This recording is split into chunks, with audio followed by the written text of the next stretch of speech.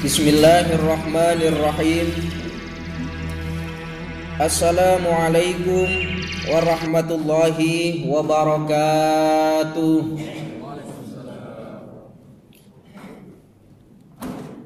Alhamdulillahi rabbil alamin. Wassalatu wassalamu ala sayyidina Muhammadin wa ala alihi wa sahbihi ajma'in, amma ba'du. Para muslimin muslimat yang dirahmati oleh Allah, alhamdulillah, puji syukur kita kehadirat Allah Azza wa Jalla, yang mana pada kesempatan malam hari ini kita dapat bermuajahah, dapat berkumpul dalam satu majlis. Wa insyaallah majlis yang sekarang kita berada di dalamnya ini majlis yang penuh dengan ilmu, majlis yang penuh dengan berkah. Dan berbahagialah kita yang oleh Allah diberi kesempatan untuk melangkahkan kaki-kakinya menuju kepada majelis ilmunya. Sebab belum tentu orang yang di luar sana oleh Allah diberi kesehatan, yang di luar sana belum tentu orang yang diberi oleh Allah berupa boleh berjalan berkilo-kilometer, boleh berlari, boleh bepergian kemana mancanegara yang dia hendak tuju. Namun belum tentu Allah memberikan suatu kesempatan sekedar melangkahkan kakinya menuju kepada masjid, kepada masjidnya, menuju kepada suraunya, menuju kepada majelis ilmunya. Sedangkan baginda Nabi Muhammad sallallahu alaihi wasallam bersabda dalam satu hadis, "Man salaka tariqan yaltamisu fihi ilman, sahalallahu lahu tariqan ilal jannah." Sesiapa yang melangkahkan kakinya menuju kepada jalan ilmu, maka sahalallahu lahu tariqan ilal jannah, Allah akan memudahkan. Sahalallahu lahu tariqan ilal jannah, Allah akan memudahkan baginya, bagi orang yang melangkahkan kakinya menuju kepada jalan ilmu. Memudahkan apa? Memudahkan jalan masuk ke dalam surga. Subhanallah, tabarakallah. Semoga kita yang hadir di sini termasuk golongan-golongan yang nanti termasuk golongan-golongan yang oleh Allah akan dipermudahkan masuk ke dalam surga. Allahumma amin ya rabbal alamin. Muslimin muslimat yang dirahmati oleh Allah, perihal tentang ilmu, di dalam kitab Mau'izatul Mu'minin dijelaskan bahwa segala sesuatu perkara, baik itu urusan dunia, baik itu urusan akhirat, apabila dikerjakan tanpa adanya ilmu, maka batalat amaluhu, artinya tidak sah semua pekerjaannya. Pekerjaan-pekerjaan dunia dikerjakan tanpa adanya ilmu agama. Orang berniaga, orang bercocok tanam, bertani di sawah ataupun di ladangnya. Namun ketika orang berniaga, bertani tanpa didasari oleh ilmu agama, maka saya yakin tidak akan pernah yang namanya jaya daripada berniaganya, tidak akan pernah jaya yang namanya bertaninya. Orang berniaga, betul berniaga, namun tidak mengerti ilmu-ilmu agama yang hubungannya dengan berniaga, tidak mengerti ilmu-ilmu agama, maka yang ada dalam berniaga ada bohongnya terhadap pembeli karena tidak mengerti ilmu agama. Karena tidak mengerti ilmu agama, di dalam berniaga ada unsur ribanya. Muslimin muslimat yang dirahmati oleh Allah, lalu macam mana kalau berniaga kemudian tidak didasari oleh ilmu agama? Dengan cara berniaga tersebut, sudah pasti harta yang didapatkan daripada berniaga tidak akan pernah jaya ataupun tidak akan pernah yang namanya berkah. Boleh jadi harta selepas terkumpul beratus beribu ringgit, namun dihasilkan daripada berbohong, berniaga yang ada ribanya, menghutangi seseorang, namun kena membayar lebih ketika nanti mengembalikan daripada uangnya, ini termasuk daripada riba. Saya yakin harta yang didapatkan dengan semacam ini tidak akan pernah berkah. Selepas uang terkumpul beratus beribu, mungkin berjuta ringgit, mungkin suatu ketika anak istrinya sakit, pergi ke hospital, habis sudah harta untuk menyembuhkan anak istrinya. Harta yang tidak berkah. Boleh jadi harta yang kita kumpulkan beratus beribu ringgit, kemudian kita belikan kereta mewah, keluar kampung kereta insiden, untung orangnya tidak mati. Harta yang tidak berkah. Muslimin muslimat yang dirahmati oleh Allah, kalau kita diminta dua pilihan, coba kita pilih mana? Diberi harta yang banyak tetapi tidak berkah, atau diberi harta sedikit tetapi berkah? Kira-kira kita pilih mana? Pilih yang sedikit tapi berkah. Yakin? Pilihan yang salah. Pilih itu ya banyak tapi berkah. Macam mana? Bukankah baginda Nabi sudah mencontohkan macam mana berniaga yang betul itu? Dulu baginda Nabi juga berniaga barang-barang yang dijual oleh Siti Khadijah. Baginda Nabi menjualkan barang-barang milik Siti Khadijah. Ketika baginda Nabi ditanya oleh pembeli, "Ya Muhammad, berapa barang ini engkau jual?" Maka baginda Nabi menjawab, "Ini contoh saja, barang ini aku beli dengan harga 5 ringgit. Silahkan kamu beli dengan harga berapapun terserah engkau, asalkan aku masih engkau berikan keuntungan." Ini yang dicontohkan oleh baginda Nabi. Kira-kira zaman sekarang ada nggak orang jual beli macam itu? Mana ada Ustadz, 5 ringgit ya dijual 10 ringgit. Ditawar 8 ringgit katanya, macam mana 8 ringgit engkau nak beli? Aku beli saja 8 ringgit 50 sen. Padahal belinya cuma 6 ringgit. Bohong sudah. Macam mana kalau berniaga ada bohongnya semacam itu? Di dalam berniaga kalau ada unsur bohongnya maka batalat amaluhu, maka tidak sah akad jual belinya karena ada kadzibnya, ada bohongnya. Lalu macam mana harta yang didapat? Kalau cara kerjanya saja sudah dihukumi haram, harta yang didapat pun hukumnya haram.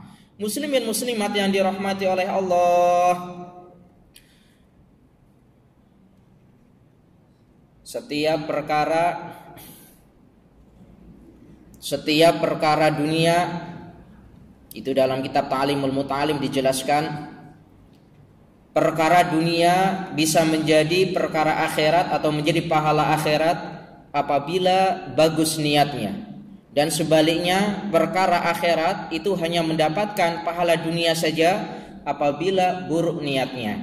Berniaga ini adalah pekerjaan dunia, tetapi kalau niat kita bagus, kita bekerja niatnya adalah untuk memberikan nafkah anak istri kita, untuk memberikan pendidikan terhadap anak-anaknya, untuk membantu kepada orang-orang yang tidak mampu semisal, atau kita hendak menabung untuk pergi berangkat haji semisal, maka niat meskipun jual, meskipun berniaga urusan dunia, namun kita mendapatkan pahala akhirat. Begitu juga sebaliknya, urusan-urusan akhirat, pekerjaan-pekerjaan akhirat itu hanya mendapatkan pahala dunia saja apabila buruk niatnya. Orang hendak memberikan sedekah, orang hendak membantu ataupun orang hendak membantu pembinaan masjid semisal, namun niatnya bukan karena dia nak membantu ataupun bersedekah, niatnya agar dilihat oleh orang lain, agar dia dikata sebagai orang yang dermawan, maka tidak mendapatkan pahala akhirat, hanya mendapatkan pahala dunia berupa pujian oleh orang lain. Muslimin muslimat yang dirahmati oleh Allah, urusan dunia bisa jaya apabila dengan ilmu. Begitu juga urusan akhirat bisa jaya dengan ilmu. Apa saja urusan-urusan akhirat itu? Seperti ibadah sholat kita, pekerjaan akhirat ataupun urusan akhirat. Ibadah haji kita, urusan akhirat. Ibadah umrah kita, urusan akhirat. Ibadah puasa kita, urusan akhirat. Semuanya adalah urusan akhirat yang tidak akan pernah jaya apabila kita mengerjakan semuanya tanpa adanya ilmu agama. Orang sholat, betul sholat, namun tidak mengerti ilmu-ilmu yang hubungannya dengan sholat, tidak mengerti syarat rukun ibadah sholat. Pokoknya sholat saja, imam takbir ikut takbir, imam ruku ikut ruku. Kira-kira sholatnya sah apa tidak? Tidak, karena meninggalkan daripada rukun-rukun daripada ibadah sholat. Muslimin muslimat yang dirahmati oleh Allah, orang berangkat haji, betul berangkat haji sekarang, namun tidak mengerti ilmu-ilmu yang hubungannya dengan ibadah haji. Ada orang pusing-pusing di Ka'bah, ikut pusing-pusing di Ka'bah. Ini namanya nggak tahu, pokoknya kalau tengok orang pusing-pusing di Ka'bah, ikut pusing-pusing, nggak tahu jumlahnya berapa, pokoknya sampai kepala pening. Kalau ada orang lempar jumroh, lempar batu, ikut lempar batu, nggak tahu yang dilempar ini apa, pokoknya lempar, kena kepala orang pun tidak apa-apa. Kira-kira hajinya jadi haji yang sah apa tidak? Tidak, karena tidak mengerti ilmu agama. Muslimin muslimat yang dirahmati oleh Allah, pentingnya ilmu agama. Dikatakan al ilmu afdalu minal ibadah. Ilmu itu lebih utama dibandingkan dengan ibadah. Ilmu lebih utama dibandingkan dengan ibadah. Sebab kenapa? Segala ibadah apabila tidak didasari dengan ilmu pengetahuan, maka batalat amaluhu, tidak sah pekerjaan ibadah tersebut. Dalam satu kitab ta'lim dijelaskan bahwa alimun wahidun mutawarri'un asyaddu nida syaitani min alfi abidin. Orang alim satu Orang yang faham ilmu agama satu, yang mutawarok, yang warok, itu lebih ditakuti oleh iblis dibandingkan dengan 1000 orang yang ahli ibadah namun tanpa adanya ilmu. Subhanallah, tabarakallah. Orang alim satu yang mutawarok, yang warok, itu lebih ditakuti oleh iblis dibandingkan dengan 1000 orang yang ahli ibadah namun tanpa adanya ilmu. Kenapa orang yang ahli ibadah tanpa didasari oleh ilmu agama? Nah, apa iblis nak menggoda dia? Sudah pasti ibadahnya tidak diterima. Namun kalau orang satu ahli ilmu kemudian melakukan ibadah, yang ibadah itu sesuai dengan ilmu agama, wa insyaallah ibadah itu akan diterima oleh Allah Azza wa Jalla. Muslimin muslimat yang dirahmati oleh Allah, itulah perihal tentang ilmu yang kita kena ambil berat, perihal tentang ilmu agama. Jangan kita jadikan sebagai laitas syabab, itu dalam satu syair itu, laitas syababa aidun, ada dalam satu syair yang bercerita orang yang tua. Kita mungkin setiap orang pasti ada penyesalan. Ada penyesalan-penyesalan yang penyesalan itu boleh diperbaiki. Ada kalanya penyesalan-penyesalan yang penyesalan itu tidak akan pernah kembali. Seperti halnya ketika kita sudah berusia tua, kemudian kita sadar bahwa pentingnya akan ilmu agama ketika kita masa tua, maka dikatakan laitas syababa aidun. Ada lanjutan itu sebuah syair, seumpama masa muda itu kembali. Ini adalah sebuah tamani harapan yang tidak akan mungkin. Seandainya masa muda itu kembali, aku tidak akan pernah meninggalkan waktuku untuk belajar daripada ilmu agama. Hal ini tidak akan mungkin, masa muda akan kembali. Muslimin muslimat yang dirahmati oleh Allah. Hayatul fata dalam satu makalah. Hayatul fata wallahi bil ilmi wattuqa. Kehidupan seorang pemuda demi Allah hanya dengan takwa, hanya dengan ilmu. Kenapa dikatakan demikian?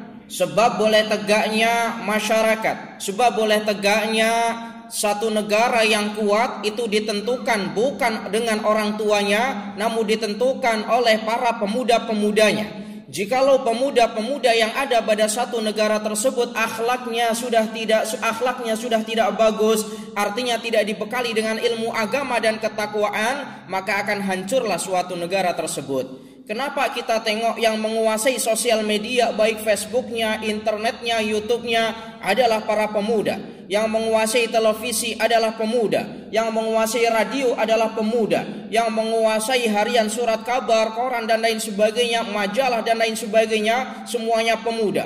Kalau pemuda yang menguasai tersebut tidak didasari dengan ilmu agama dan ketakwaan, yang ada dalam YouTube-nya adalah gambar-gambar yang tidak eloknya, rusak sudah. Yang ada dalam Facebook-nya gambar-gambar yang tidak baiknya, postingan-postingan video yang tidak baiknya, maka rusak sudah. Muslimin muslimat yang dirahmati oleh Allah, televisi yang menguasai para pemuda. Jikalau pemuda itu tidak didasari dengan ilmu dan ketakwaan, yang ada televisi acaranya hanya film-film yang ada maksiatnya tanpa ada kemanfaatannya, rusak sudah satu negara tersebut.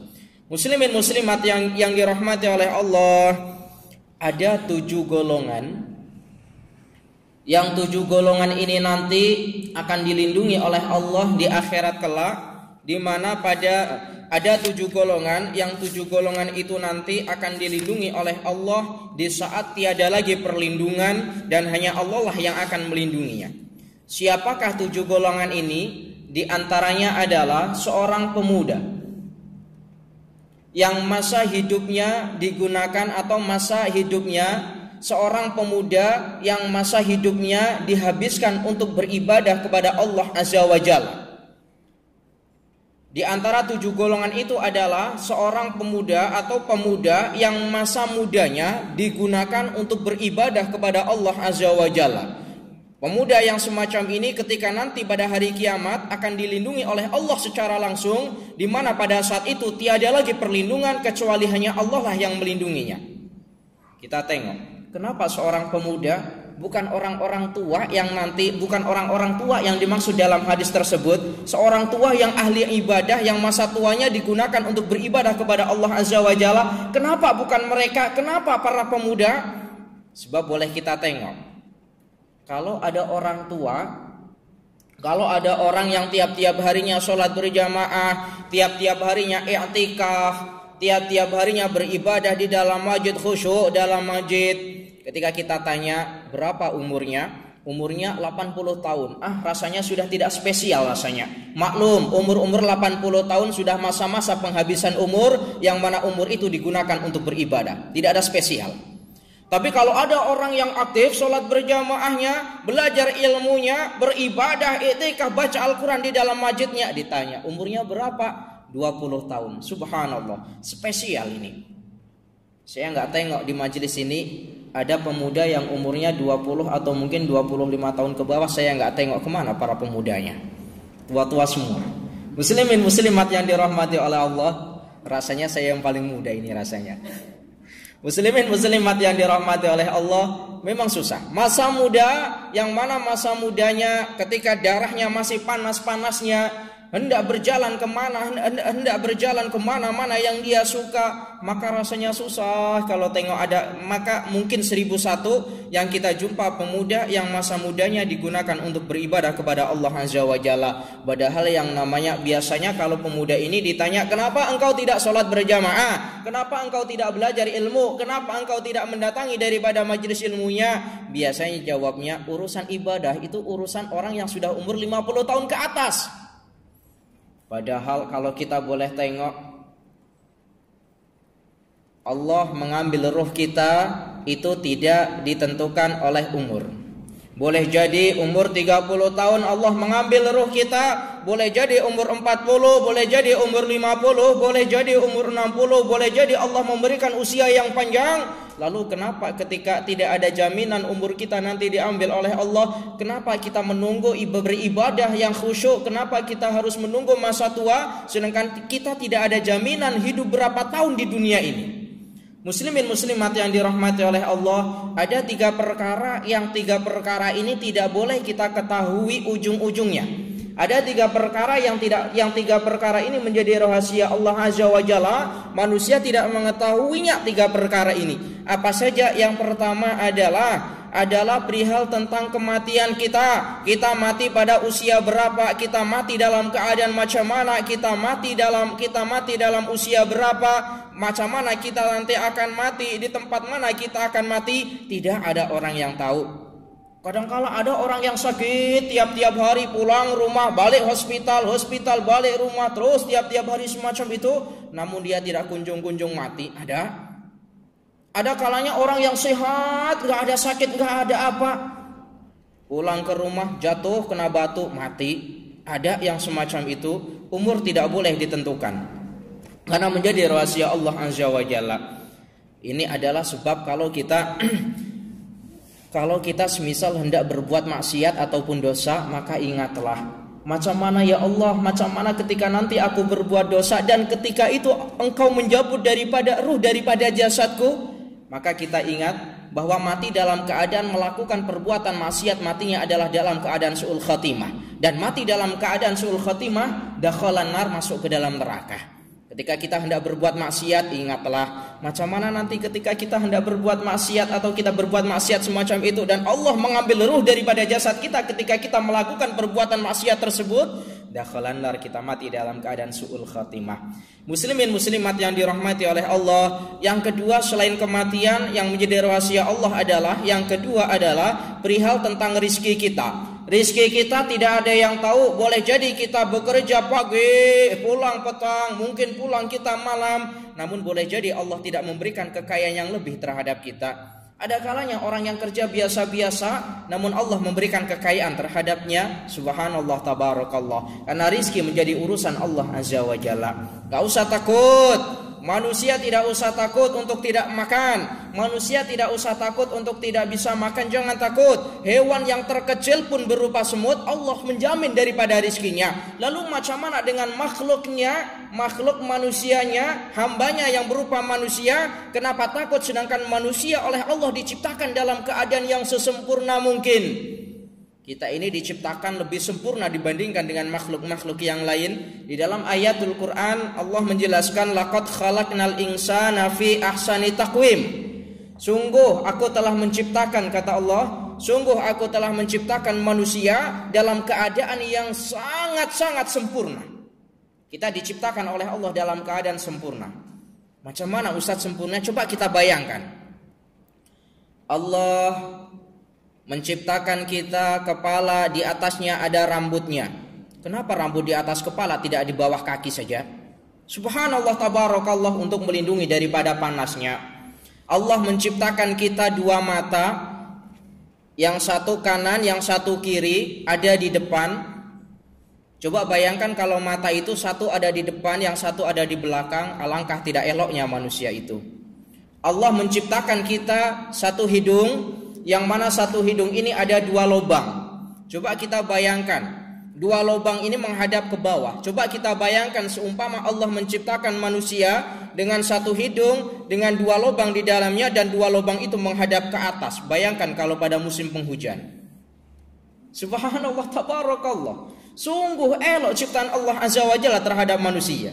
Allah menciptakan kita ada tangan kanan, ada tangan kiri. Yang keduanya ada tugas sendiri-sendiri. Yang kanan digunakan untuk makan sesuatu yang bagus-bagus, yang kiri digunakan untuk sesuatu yang kurang elok, semisal untuk membersihkan kotoran ketika kita ditandas.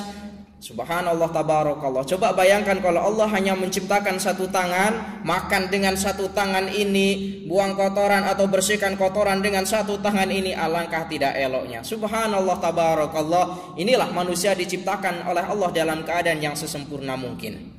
Kena dinikmati, kena disyukuri.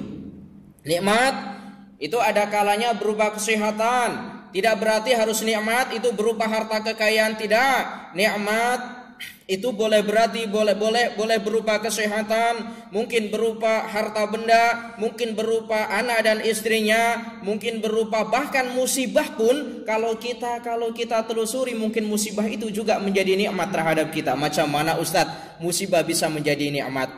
Mungkin selama masa hidupnya, selama masa sehatnya, dia tidak pernah atau jarang berzikir kepada Allah Azza wa Jalla, jalan-jalan kemana-mana dan lain sebagainya. Ketika dia sakit di hospital, bawa tasbih banyak-banyak, baca istighfar seolah-olah hendak mati esok. Nikmat sudah. Muslimin muslimat yang dirahmati oleh Allah, alhamdulillah. Dan yang ketiga yang menjadi rahasia Allah adalah perihal tentang jodoh kita. Yang pertama adalah perihal kematian, yang kedua adalah rizki, dan yang ketiga adalah perihal tentang jodoh kita. Ketika kita pada usia muda 15 tahun, 20 tahun, kira-kira pernah nggak kita bayangkan bahwa jodoh kita adalah si Fatimah, istri kita adalah si Khadijah? Tidak pernah kita bayangkan. Subhanallah tabarakallah, menjadi rahasia Allah. Ada yang sudah direncanakan nikah bertahun-tahun, karena tidak jodoh Allah tidak menyatukan. Sudah direncanakan bertahun-tahun nak nikah, sudah ada di majelisnya nak akad nikah, kemudian gak jadi nikah, bahkan justru terjadi peperangan di antara keduanya gara-garanya uang hantarannya kurang. Gak jadi nikah, gak jodoh berarti. Ada kan cerita macam ini? Padahal sudah lama direncanakan nak nikah. Ada lagi yang sudah nikah, di majelisnya sudah nikah dengan yang laki-laki, qabiltu nikahaha wa taswijaha bil mahdul madhkur. Sah sudah. Di sini biasanya kalau nikah pakai bahasa Melayu apa pakai bahasa Arab akadnya? Bahasa Melayu. Kalau bahasa Arabnya macam tuh. Qabiltu nikahaha wa taswijaha bil mahdul madhkur. Sudah cukup. Ketika sudah diucapkan sah, saksi bilang sah, selepas 30 menit sudah akad semacam itu, yang perempuan sudah sah menjadi istrinya, yang laki sudah sah menjadi suaminya. Ternyata uang hantarannya ini dihitung, yang mestinya uang hantaran itu 22.222.22 ringgit. Wah, hebat ini uang hantarannya. Dihitung ternyata kurang, tidak sampai 22 ringgit. Apa yang keluarga perempuan marah-marah dengan yang laki-laki, sampai yang istrinya baru dijadikan istri 30 menit marah-marah dengan laki-laki yang sudah sah menjadi suaminya. Marah-marah apa kata suaminya? wahai istriku, aku sengaja uang yang 1.000 itu aku masukkan dalam kantong ini. Aku nak coba macam mana engkau menerimaku dalam keadaan yang kekurangan semacam itu. Ternyata keluargamu tak boleh terima aku, bahkan engkau pun yang sudah jadi istriku tak boleh terima aku, sampai engkau marah-marah kepadaku. Demi kebaikanmu wahai istri, sesungguhnya taatnya seorang istri terhadap suami adalah jaminan masuk surga, dan sebaliknya tidak taatnya seorang istri terhadap suami, dakhalan nar, ancamannya adalah masuk neraka. Aku tak nak menjerumuskan engkau ke dalam neraka disebabkan engkau tidak taatnya terhadapku. Dengan marah-marah engkau kepadaku, uang yang 1.000 ini aku berikan kepadamu, dan saat ini pula aku talak dengan talak 3. Ada yang semacam itu? A'udzubillah, berarti tidak judul. Muslimin muslimat yang dirahmati oleh Allah, perihal tentang jodoh menjadi urusan Allah Azza wa Jalla. Tak payah kita risau. Yang laki-laki apakah suaminya, apakah istrinya nanti 1, apakah 2 atau 3 atau 4, jangan risau, sebab sudah diatur oleh Allah Azza wa Jalla. Yang perempuan senyum-senyum, awas ini kalau nikah lagi. Muslimin muslimat yang dirahmati oleh Allah, pada kesempatan malam hari ini kita akan membahas tentang 10 golongan, yang 10 golongan ini nanti akan menjadi musuh-musuh iblis di dunia ini. Ketika baginda Nabi Muhammad sallallahu alaihi wasallam berjumpa dengan iblis, baginda Nabi bertanya kepada iblis, "Wahai iblis, siapakah musuh-musuhmu di dunia ini daripada Adam dan anak keturunannya?" Kata baginda Nabi bertanya kepada iblis. Maka iblis menjawab, "Wahai baginda Nabi, di dunia ini yang menjadi musuhku daripada Adam dan anak keturunannya terdapat 10 golongan. Siapakah 10 golongan ini? Inilah nanti yang akan kita bahas satu persatu. Yang pertama, kata iblis, yang menjadi musuhku di dunia ini daripada Adam dan anak keturunannya, yang pertama adalah anta ya Muhammad. Kamu wahai Muhammad, kata iblis. Kamu yang menjadi musuhku wahai Muhammad, kata iblis. Kenapa baginda Nabi dijadikan musuh iblis di urutan pertama? Mudah kita faham. Sebab yang pertama baginda Nabi bertugas membebaskan alam yang penuh dengan gelap gulita menuju alam yang penuh dengan terang benderang. Membebaskan manusia daripada alam kebodohannya menuju kepada alam yang penuh dengan ilmunya. Muslimin muslimat yang dirahmati oleh Allah, kemudian baginda Nabi juga bertugas rahmatan lil alamin, mengasihi bagi sekalian umat sekalian. Tidak hanya umat manusia tapi sekalian alam, baik alamnya, baik tumbuh-tumbuhannya, baik manusianya, semuanya menjadi rahmat, semuanya dirahmati oleh baginda Nabi. Kita tengok cerita-cerita baginda Nabi. Ketika baginda Nabi masuk pada satu kampung, yang kampung itu tidak keluar mata airnya ataupun kekeringan, seketika itu ketika baginda Nabi masuk pada kampung itu keluar mata air daripada sumur-sumurnya. Subhanallah, baginda Nabi rahmat.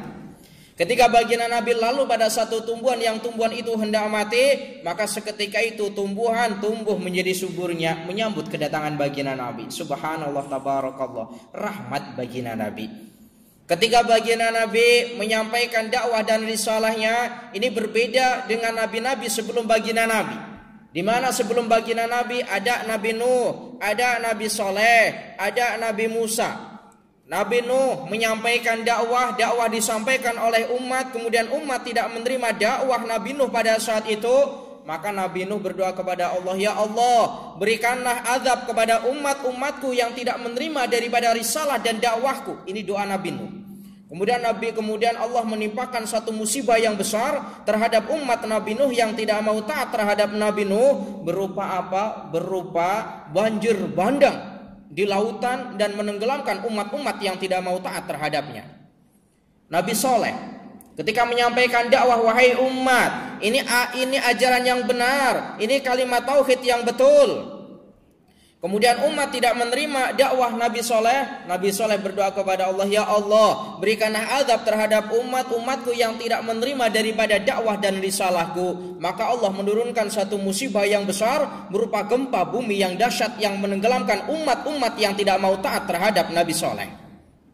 Nabi Musa ketika menyampaikan dakwah dan dakwahnya tidak diterima oleh umatnya pada saat itu, Nabi Musa berdoa, kemudian tenggelamlah. Yang kita tengok ada satu kisah Fir'aun dan bala tentaranya tenggelam di Lautan Merah. Allah menimpakan satu musibah yang besar terhadapnya, terhadap umat-umat yang tidak menerima daripada dakwah Nabi Musa. Namun ketika baginda Nabi menyampaikan dakwah dan risalahnya, wahai umat, ini agama yang betul, ini ajaran yang benar, ini adalah kalimat tauhid. Sebagian umat tidak menerima dakwah baginda Nabi. Tidak hanya tidak menerimanya, tidak hanya diam saja kemudian tidak menerima, tidak. Ada yang ambil batu dilempar ke jasad baginda Nabi, ada yang ambil kotoran dilempar ke jasad baginda Nabi. Pertanyaannya, adakah kemudian baginda Nabi berdoa seperti nabi-nabi sebelumnya? Jawabnya, tidak. Justru baginda Nabi berdoa, ya Allah, berikanlah pintu petunjukmu terhadap umat-umatku yang belum menerima daripada dakwahku. Ya Allah, berikanlah pintu hidayahmu, bukakanlah hatinya terhadap umat-umat yang belum menerima daripada risalah dan dakwahku. Subhanallah, tabarakallah. Ketika zaman baginda Nabi, pernah tidak kita baca dalam satu kitab ataupun dalam satu kisah bahwa ketika zaman baginda Nabi ada satu musibah yang oleh Allah turunkan terhadap umat-umat zaman dahulu kala? Jawabnya, tidak pernah. Sebab baginda Nabi adalah rahmatan lil alamin. Seumpama kita semacam itu, seumpama kita dakwah semisal, ataupun kita bukan dakwah, berjalan saja, di belakang ada orang yang ambil batu sekecil ini kemudian dilempar mengenai kepala kita, adakah kita akan berdoa seperti baginda Nabi? Ya Allah, berikanlah pintu petunjukmu terhadap orang yang lempar batu aku ini. Mana ada Ustadz, lempar batu sekecil ini kita balas lempar batu sebesar ini. Itu kita muslimin muslimat yang dirahmati oleh Allah subhanallah tabarakallah. Yang kedua, baginda Nabi bertugas membebaskan manusia daripada alam kegelapan menuju alam yang penuh dengan cahaya, alam yang penuh dengan ilmu. Dahulu kala ketika zaman baginda Nabi ada satu kelompok ataupun satu kaum, yang kaum itu disebut dengan kelompok kaum jahiliyah. Kaum orang yang bodoh-bodoh, di mana kaum jahiliyah ini mempunyai satu adat kebiasaan yang buruk. Ketika ada perempuan-perempuan yang dalam keadaan haid ataupun dalam keadaan kotor, oleh orang jahiliyah ini perempuan-perempuan yang sedang dalam keadaan kotor ataupun haid akan diasingkan di tempat yang jauh, yang sunyi daripada keramaian, karena dianggap hina, karena dianggap kotor. Ini oleh orang jahiliyah. Kalau ada perempuan, kalau ada bayi perempuan lahir, maka oleh orang jahiliyah bayi perempuan yang baru lahir ini akan ditanam dalam keadaan hidup-hidup. Ini dulu orang jahiliyah.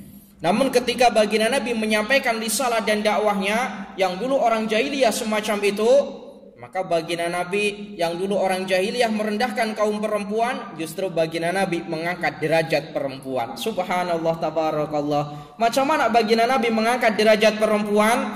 Kata baginda Nabi, perempuan itu mudah untuk masuk ke dalam surga dibandingkan dengan laki-laki. Perempuan itu mudah masuk ke dalam surga dibandingkan dengan laki-laki. Syaratnya 4 perkara, kata baginda Nabi. Apa saja 4 perkara itu?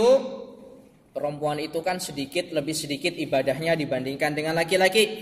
Dalam 1 bulan perempuan ada masa free, tidak mengerjakan sholat, tidak membaca Al-Quran, tidak berpuasa. Ada masa free selama 1 minggu dalam 1 bulan. Sedangkan laki-laki tidak ada masa free. Jadi jangan iri, Ustadz yang perempuan ada masa free, masa yang laki-laki tidak ada masa free? Ya jadi aja perempuan.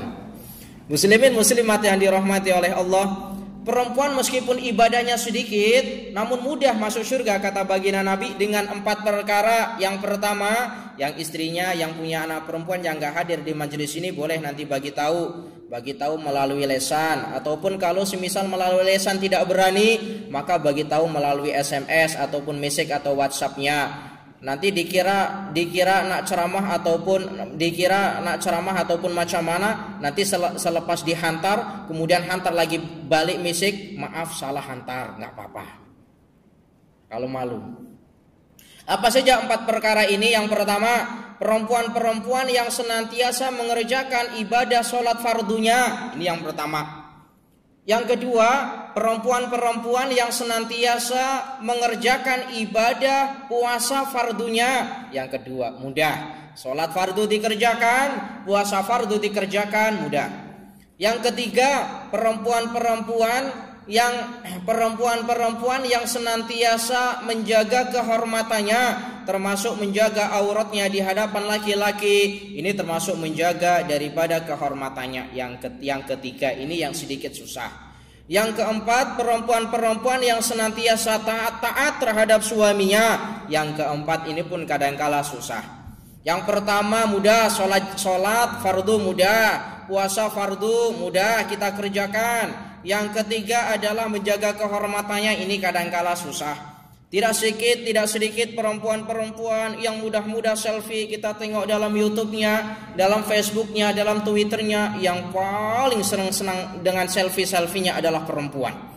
Selfie, upload dalam YouTube, upload dalam Twitter, upload dalam Facebook dan lain sebagainya. Kadangkala menampakkan aurat dan lain sebagainya. Ini termasuk tidak menghormati atau tidak menjaga daripada kehormatannya. Dosa enggak Ustadz? Kalau ada perempuan yang selfie dengan terbuka auratnya, diletak di dalam internetnya, dosa apa enggak Ustadz? Jelas dosa. Dan dosa yang diperbuat di dalam internet itu jauh lebih susah untuk kita taubati. Selama foto-foto itu masih ada dalam internetnya, kemudian meskipun orangnya sudah meninggal dunia, videonya masih ada dalam internetnya, orangnya sudah meninggal dunia, selama itu semuanya masih dilihat oleh orang lain, maka tetap dia mendapatkan dosa daripadanya. Auzubillah. Hati-hati yang punya anak perempuan. Yang keempat, perempuan-perempuan yang senantiasa perempuan-perempuan yang senantiasa taat terhadap suaminya.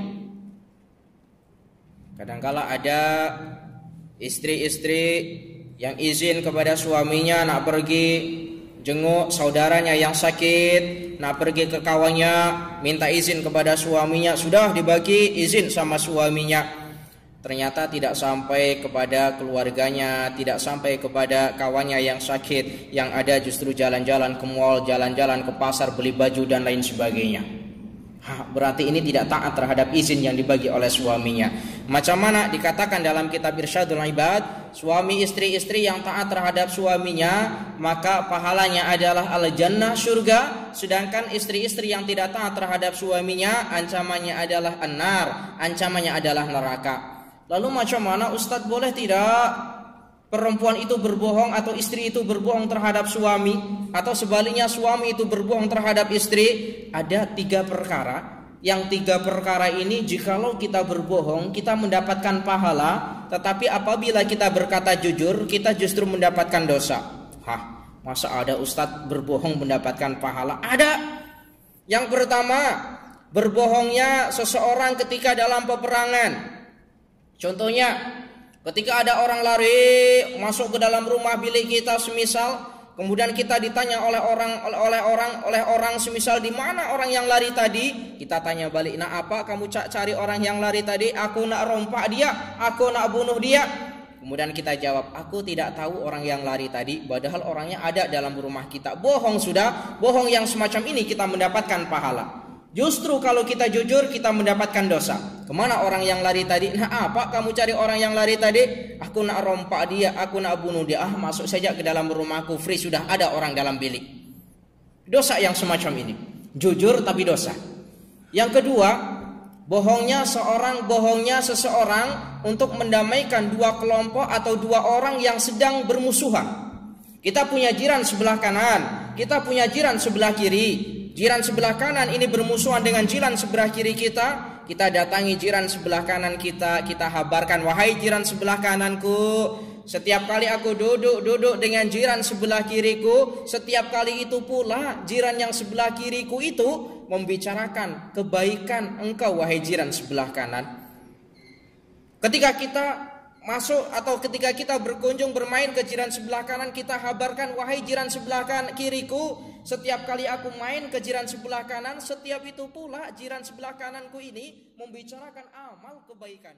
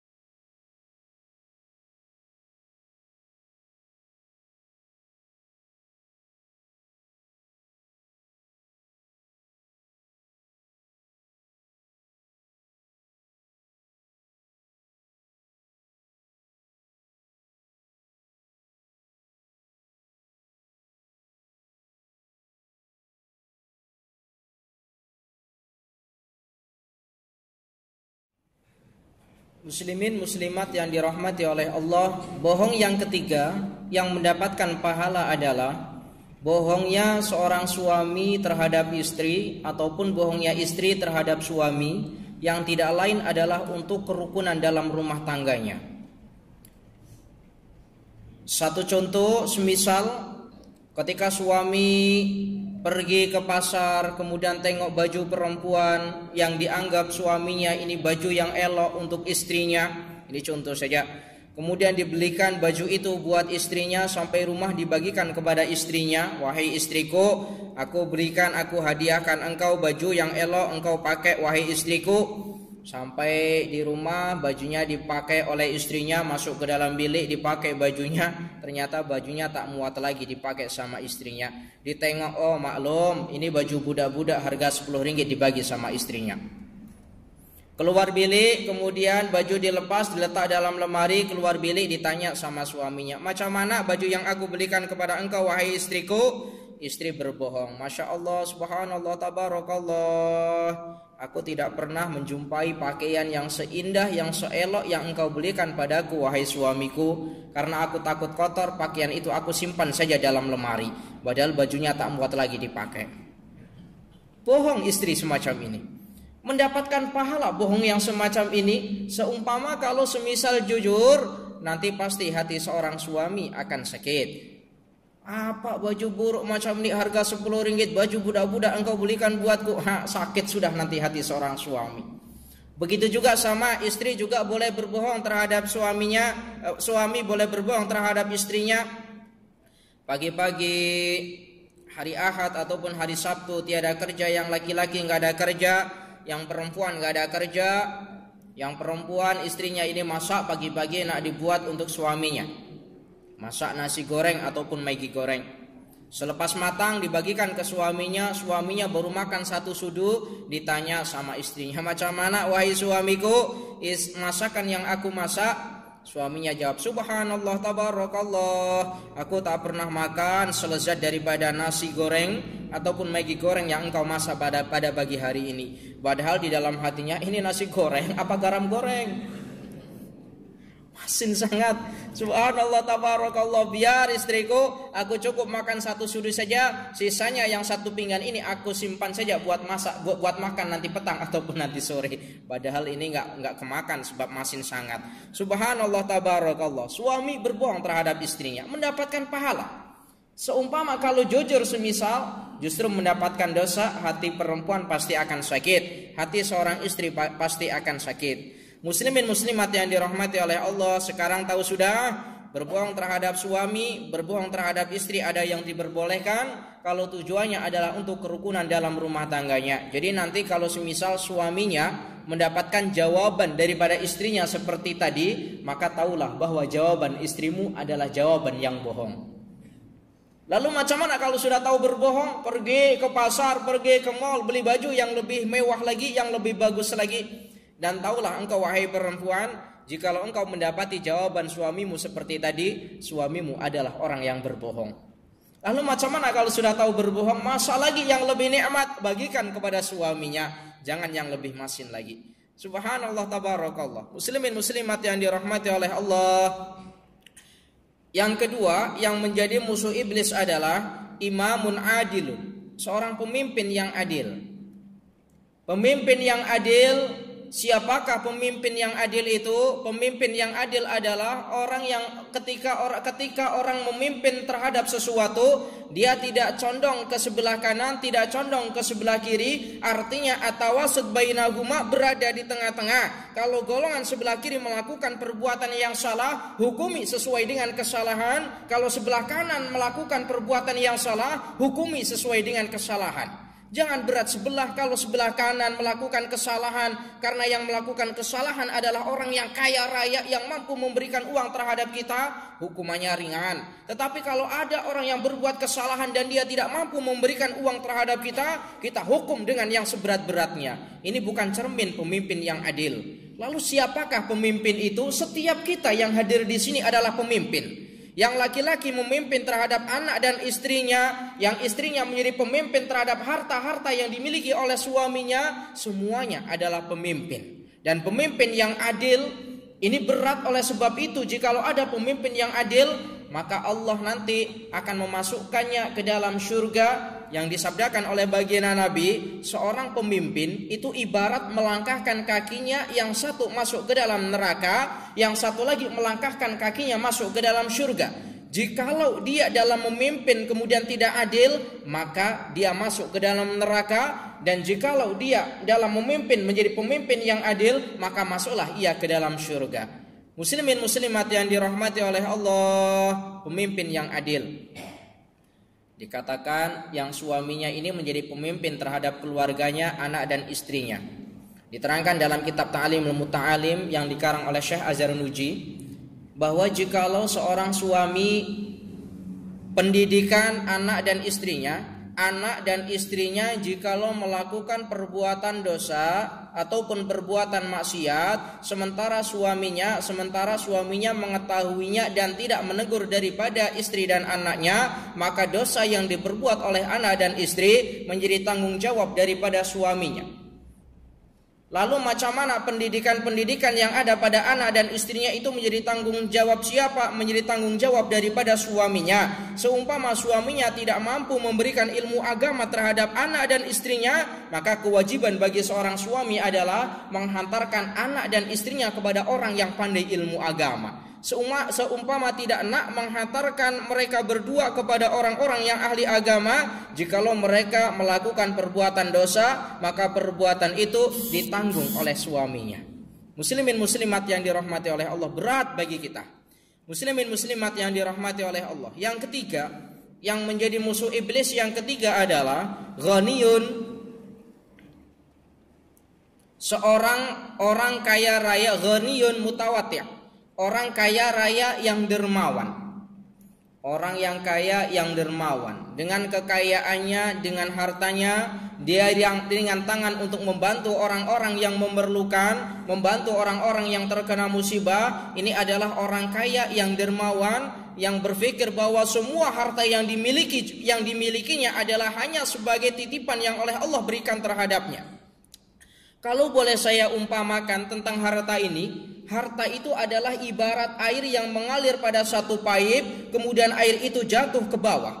Seumpama air itu deras, air itu laju yang mengalir ke paip, kemudian jatuh ke bawah, maka semakin deras air itu, maka semakin percikan air itu akan semakin kemana-mana. Betul apa benar?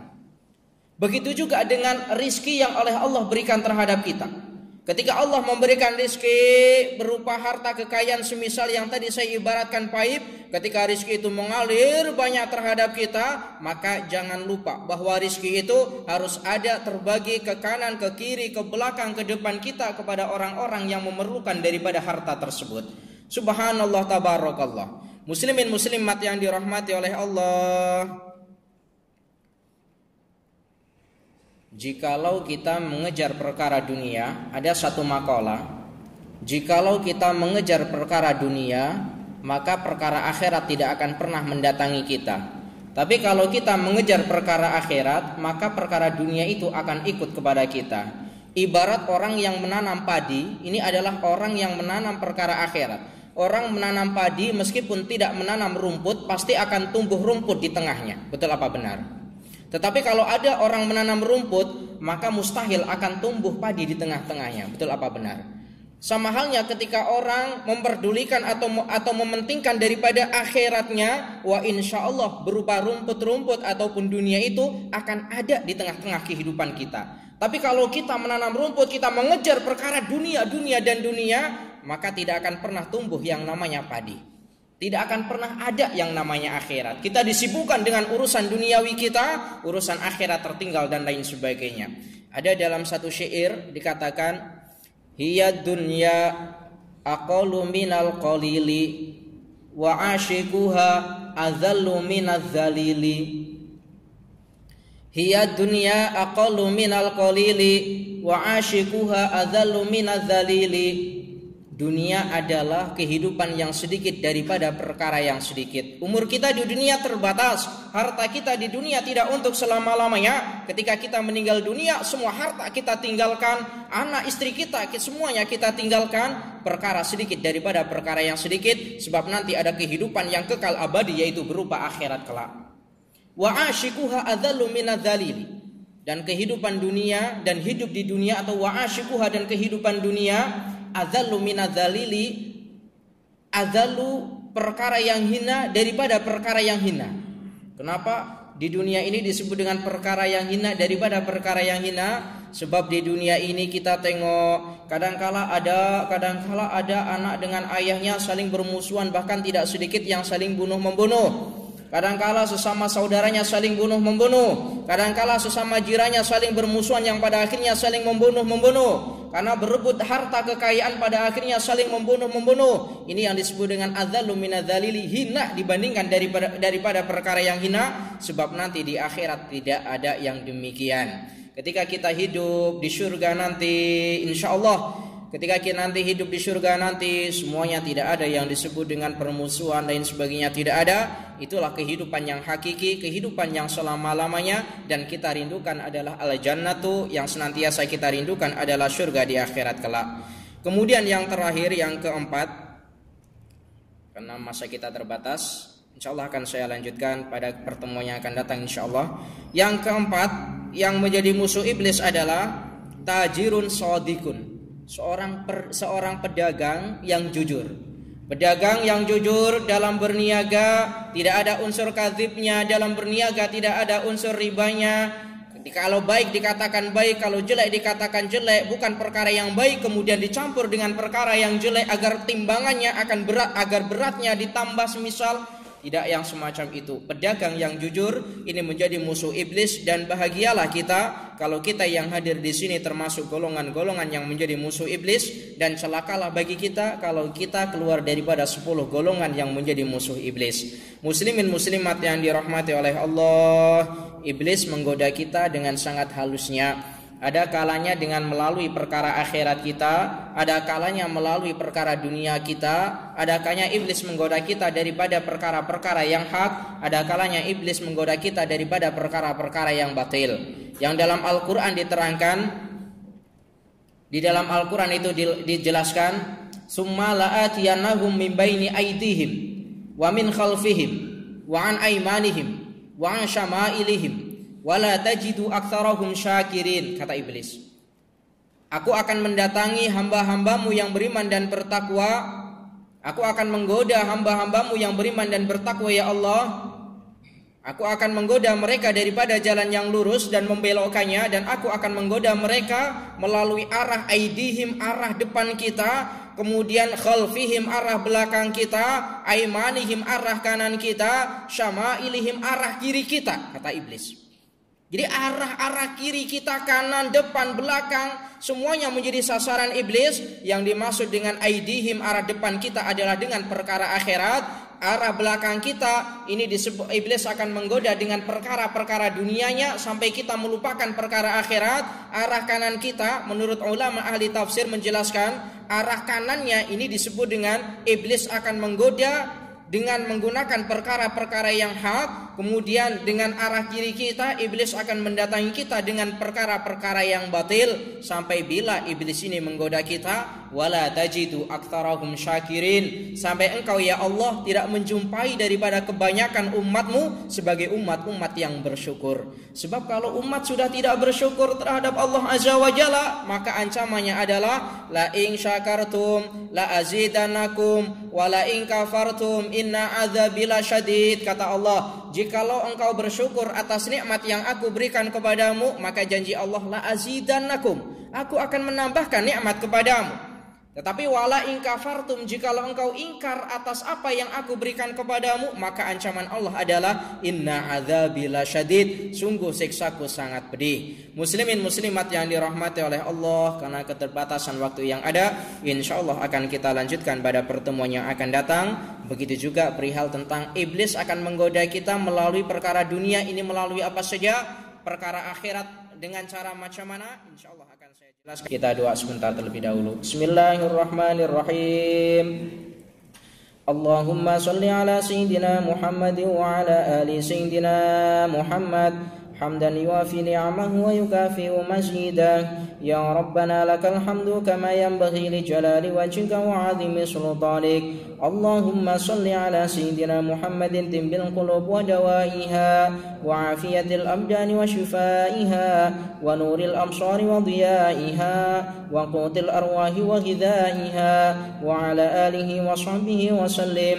اللهم صل على سيدنا محمد صلاة تخرجنا من ظلمات الوهم وتكرمنا بنور الفهم وتدخلنا ما أشكل حتى يفهم إنك أنت تعلم ولا أعلم إنك أنت علام الغيوب. ربنا آتنا في الدنيا حسنة وفي الآخرة حسنة وقنا عذاب النار.